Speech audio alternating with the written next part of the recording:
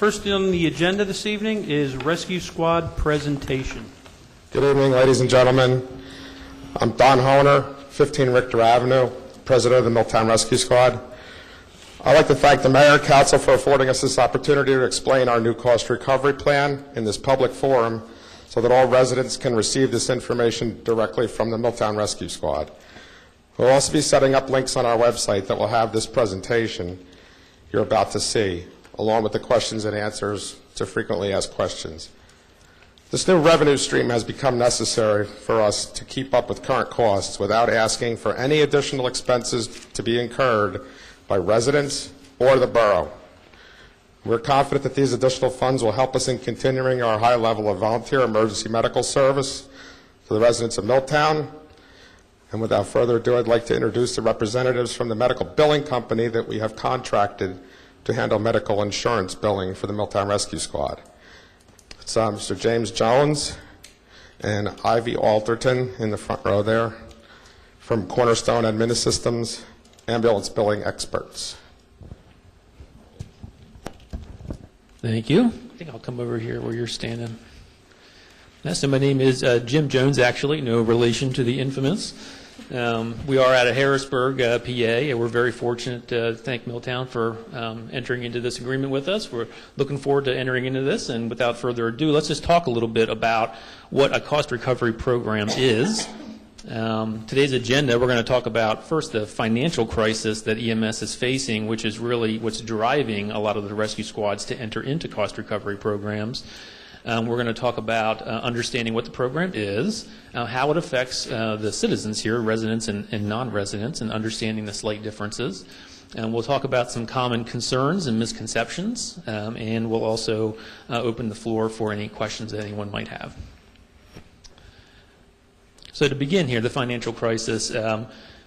The cost to provide care, I don't have to speak for these guys, they can tell you, is astronomical and skyrocketing, whether it's recruitment, retention, training, equipment, vehicle, building maintenance.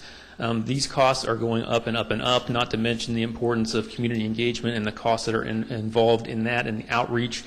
So those costs are not going down, they are only going up, and it's within that environment that we're looking at the growing gap between the cost to provide service and the reimbursement. So Medicare and Medicaid in particular have what are called fee schedules. So if it costs the squad, say, $500 to turn the wheels on a transport, that doesn't mean that they get paid $500 if they bill Medicare. They would actually get billed what Medicare says they're going to pay.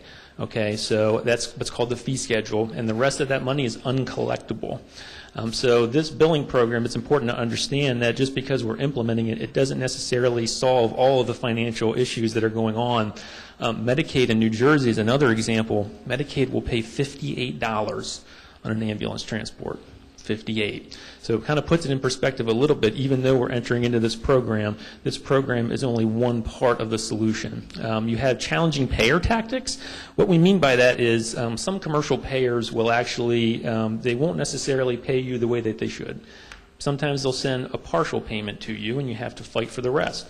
Sometimes, if you, depending on the situation, they might actually send a check to the patient, and then we have to contact the patient so that they don't inadvertently cash that check and keep it, and it just kind of delays the process of getting paid.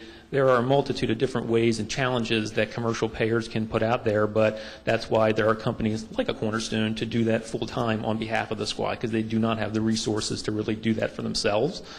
And then there's something on here called temporary bonus add-ons. So with the government shutdown looming at the end of last year, there were temporary bonus extensions that were included in the legislation that gave a little bit of a bump, about 2 to 3% bump for the transports that ambulance companies were running, but that expired at the end of last year. And unless the new legislation is enacted, I believe correct me if I'm wrong, but maybe the recess ends, or they have to do this by the 19th. It has to happen really quickly in order for them to re-implement that. Then that's another drop in payments that the EMS industry is going to see. So interesting challenges. Costs going up, payment not where it needs to be, but we're fighting that fight. And so that's kind of the basic situation we're in.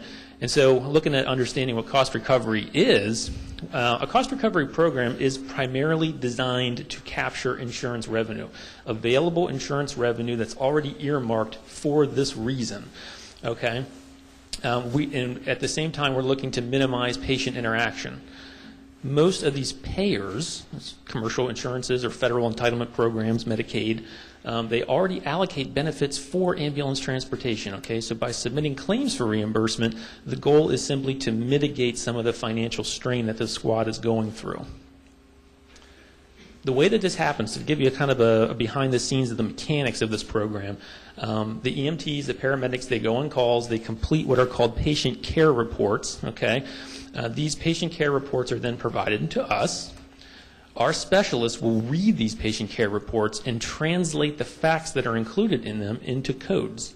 And those codes equate to reimbursement. Basically put it on a claim and submit that electronically, and then the insurance will either pay that or possibly deny it, and then we have to appeal that. Generally, a payment or a denial will come to us, and this is what I was talking about a little bit earlier, but there are times when a patient might receive that. When that happens, it is important the patient is actually obligated to forward that on to the squad or to us so that we don't have to get into a back and forth. A lot of times it's just patients not realizing that that check belongs to the squad. This is a rare occurrence, but it's important to keep that in mind that it can happen. So, residents and non-residents. Let's take a quick look at what we mean by this. A resident is defined simply as a taxpayer residing within municipal boundaries or a dependent of such a person who resides in the same domicile. And if you are a resident, your insurance would be billed and any out-of-pocket cost share would be waived. This routine waiver of the cost sharing amount is enabled through the residential tax support and is in keeping with the general guidance that is afforded to us by the Office of Inspector General. They issue what are called advisory opinions on the practice. And the prevailing wisdom is that this is how this tax-supported squads do their billing programs. If a patient is not a resident, okay, we will still bill their insurance. If there's a balance, we will request payment in full, basically up to 3 times. And provide multiple options to the patient to satisfy that debt, whether that's payment plans or any number of different options, including interest-free payment plans. Again, if the patient is not a resident and also lacks insurance, we will, again, send up to 3 requests for payment, okay, and offer the patient multiple options to help satisfy that debt.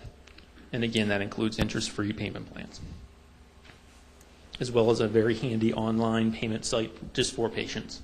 Make it very easy. So some common concerns and misconceptions. Does the patient's ability to pay affect care? We hear that sometimes. It's important also to understand in New Jersey, more and more squads are forced to do this, and so these are the questions that they're being asked. A lot of squads are already billing, but many still are not, and so these are really common questions. Will my premiums increase?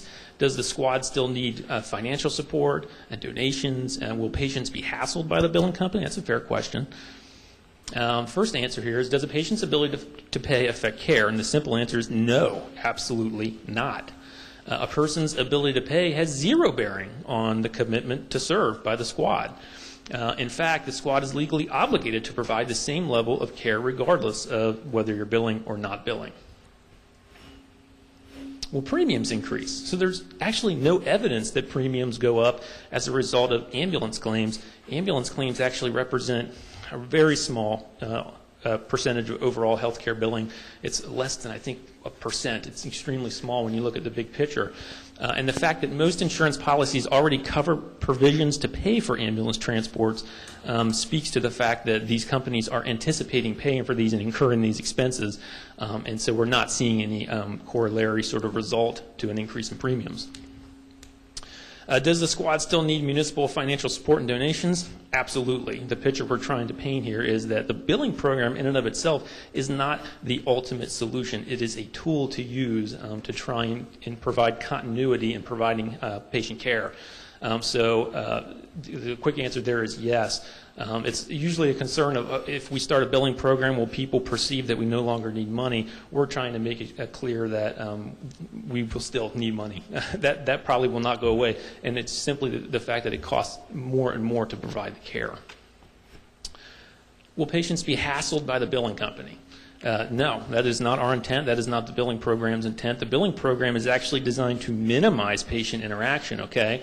So the extent of this interaction depends in part on whether or not the EMS providers on the call are able to obtain the insurance information while on the call or at the hospital. They would then provide that to us, and if we have it and we don't actually have to reach out to the patient, then if it's a resident in particular, we would never even need to contact the patient at all. We just bill their insurance and the rest, and ultimately the bill goes away. So in a perfect world, that's how the system would work. We know that this isn't a perfect world. You can't always get that information up front. So there will be times when we receive a patient care report, but we don't have accurate information. We have to send basically what we would call a community resident letter to a resident asking for their updated information. And again, if information is needed, that's what we would do. We would send that letter. And in the case of non-residents, we would issue up to 3 invoices, just asking for payment. And it's important to note as well, on these invoices and on these letters, it provides room for any insurance, primary, secondary. They can provide a consent signature if we weren't able to get one during the call. Very intuitive, and lots of information in there for the patient to help us adjudicate the claim. Okay, so let's talk for a minute about advanced life support. Milltown's a basic life support rescue squad. If you see Robert Wood coming by with a paramedic, that's advanced life support, okay? And so we're looking at, for instance, chest pain. Oh, let me go back here. So hospitals employ paramedics who provide advanced life support, ALS, on higher level emergencies. One of those examples would be chest pain. Milltown receives most of its ALS care from Robert Wood Johnson Barnabas, or Robert Wood, we'll say, RWJ. And that service is actually called Paramedic Intercept. So at this point, it's important that we take a time to understand a common practice in New Jersey when billing an ALS level claim to Medicare and how this affects patients. When a paramedic from Robert Wood is on the call and the patient has Medicare, Robert Wood will bill that claim, not Milltown. I think I'm too close to the mic. This is because Medicare only accepts one bundled claim for ALS level services. To protect Medicare recipients from receiving a direct paramedic bill, a paramedic intercept bill, which can be upwards of $1,000 if not more dollars, Milltown will enter into a bundled billing agreement with Robert Wood. This means Milltown will generate less revenue for such calls. But that is an acceptable loss considering it means less financial risk for the patients. ALS calls pay more because it's more drugs involved, more procedures, more skills. That stated, Milltown cannot prevent Robert Wood from balance billing if a balance exists.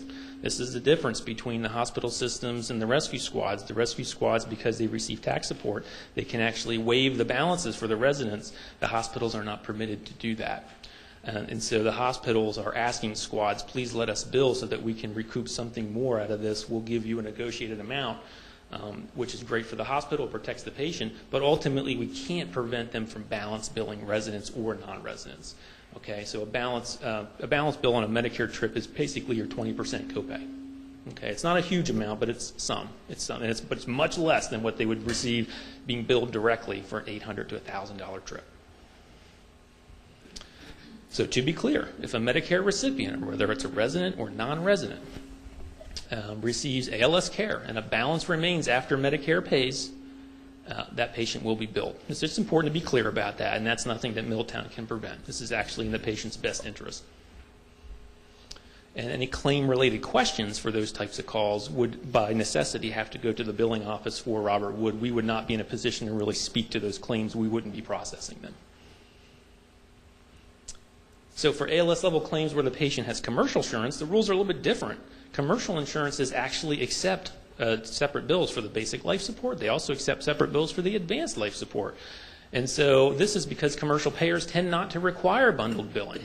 And that's great because this enables Milltown to protect its residents from out-of-pocket billing. So that if Milltown can bill for these trips, again, if it's a resident, we just bill the insurance and we waive the balance. So that's a great thing for the residents. So we just flew through that. It was like 10 minutes. I wasn't sure how long that was going to take, but to learn more about EMS, obviously we have questions and answers here. So we kind of breezed through that. Those were the sort of the big talking points. But we encourage any questions that might come up if anybody has any questions. And again, this PowerPoint will be available. We're also going to put some narration over it so that the squad can play this on their website for people to visit it and have any questions that could be answered. And as well, if people are asking questions, we'll draft up sort of a FAQ sheet as well with all the standard stuff to make sure that anyone's concerns are addressed accordingly. I've got a couple questions. Yep. I got a little confused, and I'll turn my mic back on because I think it was interference. Okay. I got a little confused when you were talking about the ALS billing in Medicare versus Milltown. So if you have a common or commercial insurance company, Horizon Blue Cross, Blue Shield, or one of those, and it's not Medicare, then Milltown can bill for it. Does that mean that Milltown can then provide the services for ALS calls, or it's still Robert Wood, but then Milltown can at least bill independently of Robert Wood? That's correct. Robert Wood would also bill its paramedic intercept claim to that same payer. So, Don, maybe you can help me out here. In an ALS case, and I don't mean to get anyone confused with Lou Gehrig's or, ALS, Right. but the advanced level treatment cases, we're responding first. So first responder, you get there, and then you determine whether or not it has to be through Robert Wood or us? That's not entirely true. Mr. Horner, sorry, can you just come to a microphone, one of them? Yeah, currently the way that works is EMS dispatches go here to headquarters, but then it gets transferred to Robert Wood Johnson, their dispatch center, and they determine whether or not it's an ALS call. So they get dispatched essentially the same time as we do, but we do still, probably 80% of the time we get there first. Okay. But we're just going to be billing for the transport section. It's not bundled like the other thing with Medicare and Medicaid. Right. We'll bill for the transport and they'll bill for ALS. Okay, so they'll perform like on-site services to stabilize the patient, and they come with us. They have to stay with us, especially if they start an IV or any other kind of treatment. It has to stay with us. Yeah, so they ride in with us. Well, one of them rides in with us, and the other one has to drive their vehicle back too. Okay. That's pretty much how that works. And then we keep talking about transport. Does that include, are there cost codes associated with providing an IV, providing ibuprofen, sutures, things like that, or is it just here's your blanket fee for simply a transport and anything under the sun with the exception of a certain level of care? Yeah, I'm going to say in 2004, the Medicare implemented the fee schedule now where it's essentially a base rate and mileage. And that base rate accounts for all the line item charges that you might have. It used to be that you would line item charge for that stuff. They no longer pay separately for that. So what the squads have to do is take into account what their average cost is for those transports and determine what they're going to charge for that to cover those costs, but also ultimately to try and make up for the losses that they're going to incur. I don't necessarily know what it costs for Milltown to go out, but on average, I'll tell you about $700, $800 to provide ALS service.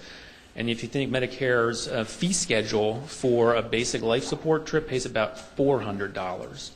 But Milltown, if it's a Medicare trip, they don't see all of that. Remember, the hospital's billing that, and so they're going to negotiate a certain amount out of that. So you're looking at it costs us X amount, but we only get this. And then if it's Medicaid, it's less than $60. So really, the ideal scenario is that you have more and more people with private insurance, commercial insurance, because that'll help you to mitigate some of those losses. Commercial insurances tend to pay you what you will charge them for the most part. There are some difficult things they do. We talked about that.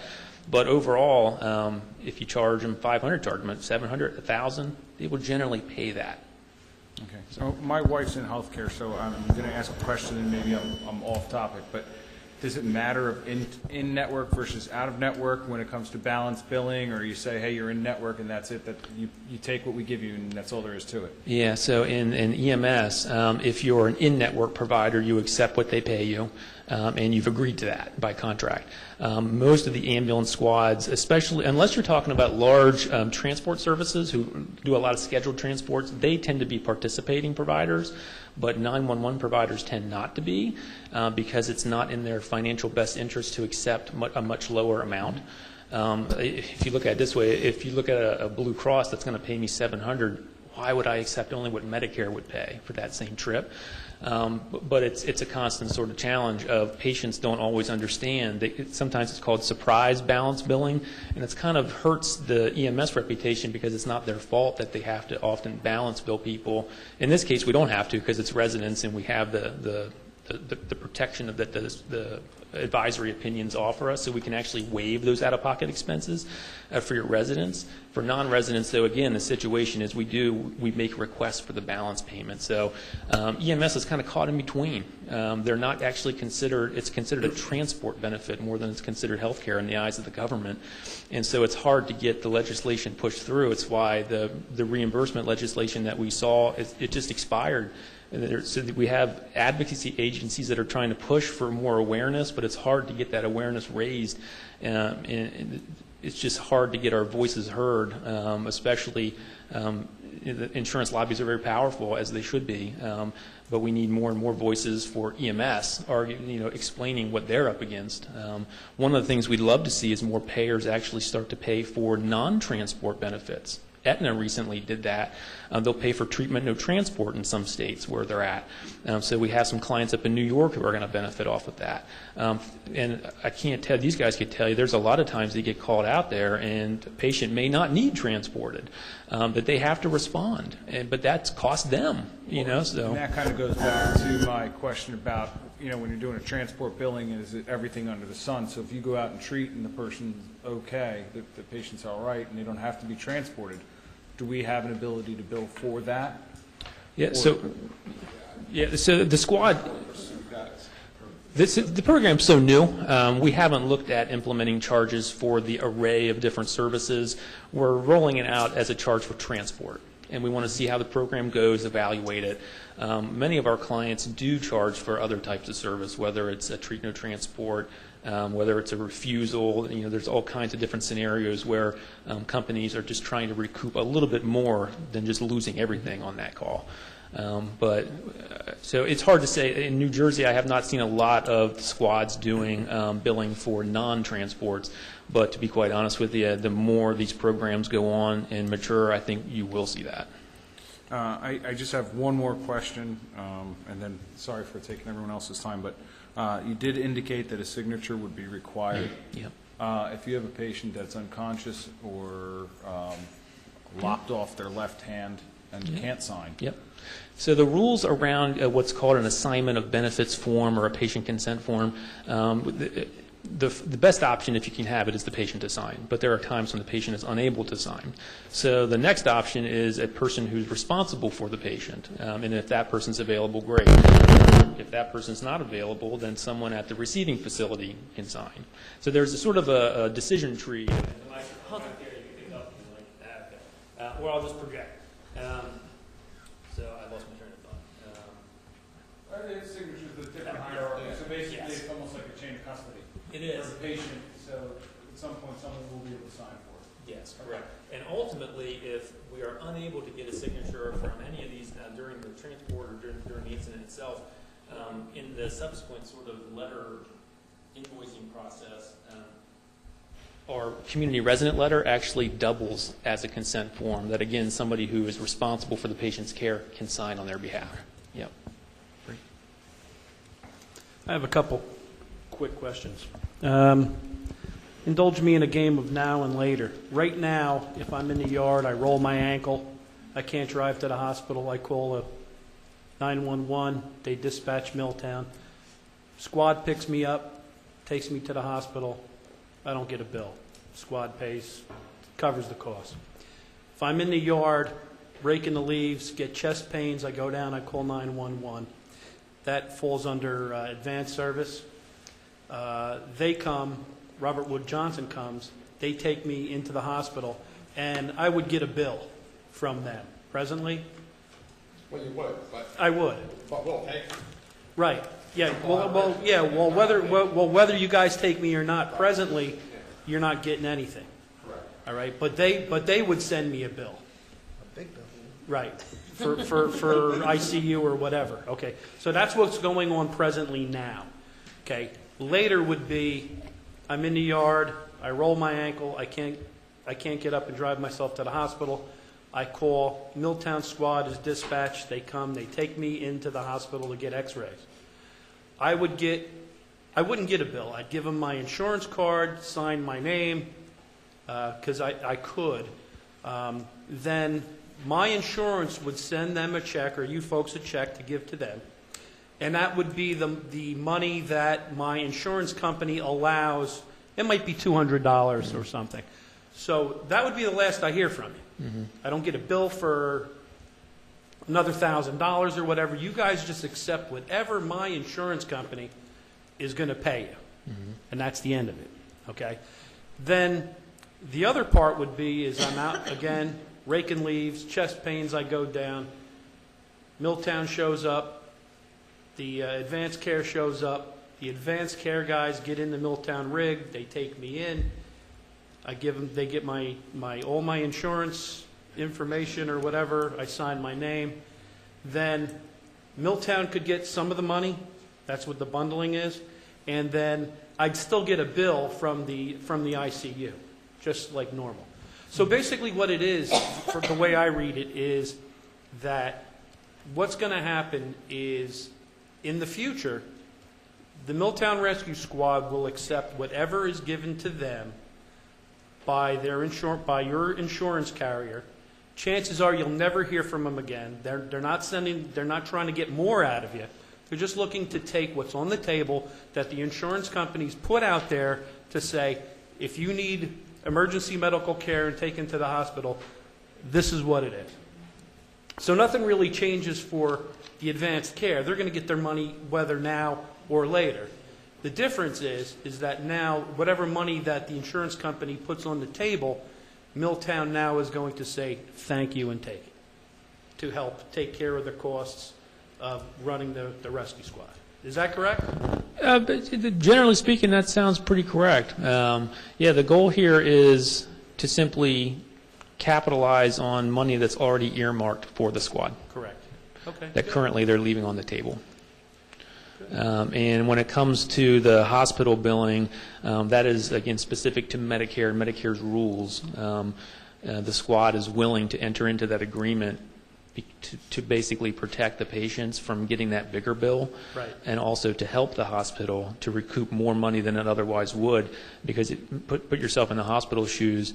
What's the likelihood that you get paid when you invoice somebody out of pocket $1,000 for a paramedic intercept? They might not be able to pay that. Yeah. And so a lot of those calls probably end up going to collections. And Yeah. so this can help to avoid all of that. Right. I know years ago I was in an automobile accident, and a surrounding town took me into Robert Wood Johnson, and I got a bill for like $1,500. Yeah. Now, I'm glad they showed up. I'm glad they got me. I mean, I was only a couple feet out of Milltown. I wish they would have called the Milltown squad. But look, we've been so blessed in this town by having a volunteer squad forever. And, you know, they come around in May and accept our envelopes. And I understand it's not enough. I see that the time invested, I see the cost of the rigs is astronomical.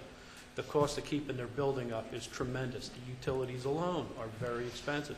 I've had conversations with members of the squad in their plight in trying to stay solvent and to be able to serve. And quite honestly, I'm happy to see this. I'll be honest with you. I'm happy to see this because I understand that if they cannot function, the municipality is going to have to pick this up. So that's going to mean paid EMS maybe. I don't want to get into that. I can't do enough and thank the squad for what they do. All I can say is I think it's a tremendous thing. Get the money off the table. Keep working. I'll keep giving you my envelope come May, and keep doing a great job. I hope that the residents in town see the value of this and understand that they're not coming to take anything that is yours. They're only taking what the insurance companies are offering them for the services that they render, and that will help them. And I understand too that, you know, we still as residents, we're still going to have to make our contributions because the more financially solid they are, the better service they're going to be able to give us all. So I fully support it. I think it's a great idea. That's exactly my sentiments. The intention is that we will still have a fund drive, and we will still have to get the stipend from the borough that we get every year. We're just not asking for an increase, because we're going to use that stipend to write off the waivers. And we have to do that to make this whole thing work and to make it legal. So we need both things that we're still getting, but obviously those two things put together is no longer enough. We're driving around in a 1994 ambulance, a 2000 ambulance, and the newest one that we just, well, it will be paid for by the end of this year because we had to roll it into our mortgage. So, you know, it's not like we have money rolling around. It's necessary to have all three streams of revenue to get us where we want to be. And obviously none of us take any money. We're all volunteers, so it's just for the building and the vehicles and the service, training. Our insurance is pretty outrageous. It's a little bit more than what the borough gives us is how much our insurance costs. I don't want to throw numbers around, but it's a fact. Yeah. So that's a huge chunk, and we appreciate your support. I have two questions, I'm sorry. My first question is just because everybody who's watching and will watch it in the future, you made a differential between a resident and a non-resident. Can you explain to me what the difference is? Yep. So mentioning a little bit earlier, the Office of Inspector General has issued what are called advisory opinions specific to EMS and what we would call the routine waiver of cost-sharing amounts for residents. And made a very important point here about the tax support is designed to offset the waivers, and so they have to actually monitor how much they're routinely waivering to make sure that it does not exceed their tax support. The difference between residents and non-residents is non-residents are not providing the tax support, and so in those cases we actually do issue balance bills requesting that they pay the balance. That's the primary difference here. With residents, we're billing their insurance and then writing off anything that they would otherwise owe. Non-residents, we're still billing their insurance, but we're also asking them to make up the balance when they owe something. So within Milltown, someone who's not paying taxes, let's say somebody who is renting, Okay. is considered a non-resident as far as this particular... No? All right. Can somebody correct me? That's a good question, and I'm thinking about it. But I mean, they are residents of Milltown, so somehow the money they pay their landlord becomes, you know, the tax. Covers that. Anybody that has a Milltown address, Is a basically, resident. that lives here. Okay. But like anybody that gets in an accident on Main Street that's from South Brunswick or something is Perfect. going to get the full That's bill. exactly what I was looking for. Thank you. Now, my second question, I don't even know if I'm allowed to ask this question, but I'll ask it, and you won't insult me if you say we can't answer that question. Okay. How does your company factor into this as far as economically? Yeah. Is it charged percentage-wise, or just what you collect? How does that work for you guys? And I don't know if I'm allowed to ask that question. No, that's a fair question. So we assess a percentage on net collection. I think it's me at this point. A percentage on net collection. So the payment comes in if there's a refund. Let me see. Can we get the guys from the AV department? Oh, sorry. If you turn It's got to turn Upside it on down? upside down. there's a switch on the bottom, There's a switch on the bottom, underneath. underneath. Yeah, there you go. Your light on. Testing. I saw the Hey, light. actually worked. It does. So we assess a percentage on net collection. So if that means we won't get paid unless the squad gets paid. We have to actually work for our money. And if we have to refund something, we would refund any fee that we had previously been paid on that amount. So that ensures that they get the performance that they need, and they also are able to monitor our performance through a whole host of sort of online reports and eyes into the system to make sure that we're doing our job. Okay, thank you. Yeah. Anyone else? Yep, just two. Yeah. They should be pretty easy Okay. questions. A couple times you referenced 3 invoices. What happens after 3 invoices? So right now, if no one pays after the 3, like we're talking about non-residents, basically, we request a payment, the account gets written off. There's no sending people to collections at this point in the process. The plan is to roll the program out, evaluate it, see how it's working, and then assess whether or not it makes sense to deploy a collection agency process on those accounts. Okay, but right now, there's no collection? That's correct. Okay. You're basically working on goodwill? Correct, yes, it's true. Okay, good. We just don't want to jump into something like that right off the bat. We got to see where we're at. We want to look at this for like a year. Yeah. See what our income is. And then, earlier in the presentation, you referenced there was payment plans. Yes. Who is the recipient of, if you're on a payment plan, who gets the money? Is that sent to you? Yep, so the way it's set up is typically a patient would call our office and say, I have a bill, or we would potentially call them and say, how can I get this paid off? And we would give them options to pay it off. Usually it's in installments. The way you typically handle that is we try to get it paid off all at once, and if they can't do it, then you basically work back from that point and create an installment plan. And we can set that up automatically for them, or they could go on every month and take care of that. And we say it's interest-free. This isn't about trying to get the most money out of people. It's about making it as seamless and painless as possible. So that's really how that's set up. Typically, a payment plan lasts less than 6 months. Okay. I guess my point in that is that the squad doesn't have to worry about that. You're going to handle that. We handle everything. What we ask for from them is solid documentation that we can use to bill from, and then we do everything else, and then we provide service to them so that they know what we're doing, we're talking, we're meeting. We're very hands-on in that sense. Okay, great. That's all I had. Thank you. Yep, sure. Any other questions? I just had a quick comment. I wanted to thank the squad for such a thoughtful and well-presented presentation, and also, Don, you did a great job saying it's not going to cost the residents or the borough anything right off the bat, so we could sit back and relax and enjoy the presentation. I was just wondering, though, what's the gap that you're looking to make up? So, I really appreciate you looking at all the options to benefit the most people. So, are you looking for a pretty decent percentage of influx to come in, so you're not getting anything now and you'll get a certain percentage back from the insurance going forward? Yeah. Our expectations is that we're going to get, it's going to be a significant amount of money. Right. Because last year we had like 860 calls, 870 calls. I was wondering that, yeah. So if you take out, there's 100, how many fire calls did you have, Steve? 150? 125 fire calls. If we didn't treat anybody, we're not getting paid for them, so you deduct them off the top. Right. The RMAs, just like refuse medical attention, where you go out there and you don't do anything. You're not going to. Well, right now we're not charging for that. Other towns do, Right. and it's something we may have to explore in the future. So if you take those off, now if you have 600 calls that are billable, and let's say you get $400 a piece, at least we could buy an ambulance every couple of years, Exactly. which we can't do right now. Right. Because we're way below where we need to be, and we still have to make it till May, until money starts coming back in. Right.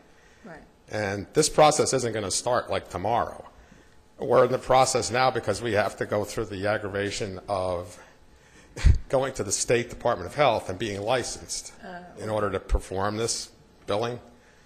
So there's lettering that has to be done on the ambulances. There's a lot of paperwork that we have to submit. So we're probably a few months away from ever submitting our first claim.